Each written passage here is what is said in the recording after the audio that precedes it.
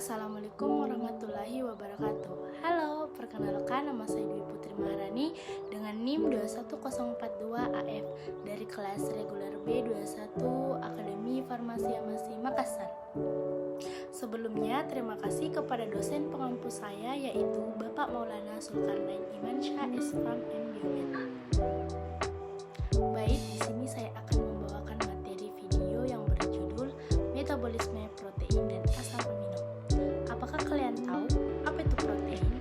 Kata protein berasal dari bahasa Yunani yaitu proteus, yang berarti barisan pertama. Protein merupakan komponen penting atau komponen utama sel hewan atau manusia. Oleh karena itu, sel merupakan pembentukan tubuh kita. Maka, protein yang terdapat dalam makanan berfungsi sebagai zat utama dalam pembentukan dan pertumbuhan tubuh kita. Struktur protein yang ini, tumbuhan membentuk protein dari CO2, HO2, dan senyawa nitrogen. Hewan yang makan tumbuhan merubah protein nabati menjadi protein hewani. Di samping digunakan untuk pembentukan sel-sel tubuh. Protein juga digunakan sebagai sumber energi apabila tubuh kita kekurangan karbohidrat dan lemak. Komposisi rata-rata unsur kimia yang terdapat dalam protein adalah sebagai berikut. Ada karbon 50%, hidrogen 7%, oksigen 23%, nitrogen 16%, gula 0,3%, dan fosfor 0,3%.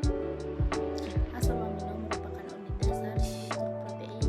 Suatu asam amino A terdiri dari gugus amino, gugus karboksil atau H, dan gugus R tertentu yang semuanya terikat pada atom karbon A.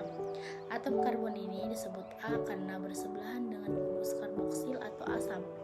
Gugus R menyatakan rantai samping yaitu asam amino bentuk dan asam amino bentuk tak terisolasi, ion dipolar atau switterion.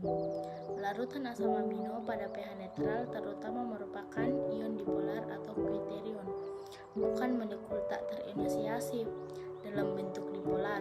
Gugus amino berada dalam bentuk proton NH3+ dan gugus karboksil dalam bentuk terdisosiasi COO.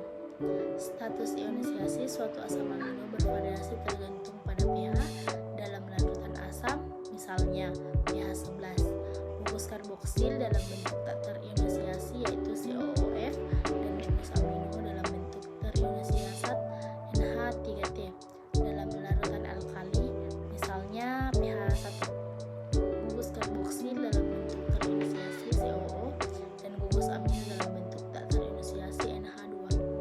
Glisin mempunyai pK gugus karboksil sebesar 2,3 dan pK gugus amino sebesar 9,6. Gambar berikutnya yaitu status ionisasi asam amino tergantung pada pH. Gambar yang pertama yaitu bentuk utama pada pH 1, gambar yang kedua yaitu bentuk utama pada pH 7, dan gambar yang ketiga yaitu bentuk utama pada pH 7 juga. Pencernaan protein oleh enzim pankreas. Spesifitasnya yaitu setiap enzim ini memiliki spesifitas yang berbeda untuk gugus R asam amino yang berdekatan dengan ikatan peptida yang rentan. Misalnya tripsin hanya terurai jika gugus karbon ikatan peptida didapatkan dari arginin dan lisin. Enzim ini seperti pepsin yang telah dijelaskan sebelumnya disintesis dan diskreksi sebagai simogen yang tidak aktif.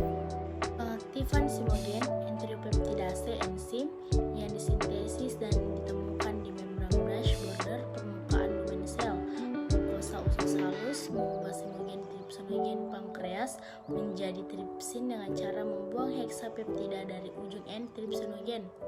Tripsin selanjutnya mengubah molekul tripsinogen lainnya menjadi tripsin dengan memecah ikatan peptida yang spesifik di simogen dalam jumlah terbatas. Yang kedua yaitu pencernaan protein oleh enzim pankreas ketika memasuki usus halus. Polipeptida besar yang dihasilkan di lambung melalui kerja pepsin selanjutnya akan dipecah menjadi oligopeptida dan asam amino oleh sekelompok protease. Pankreas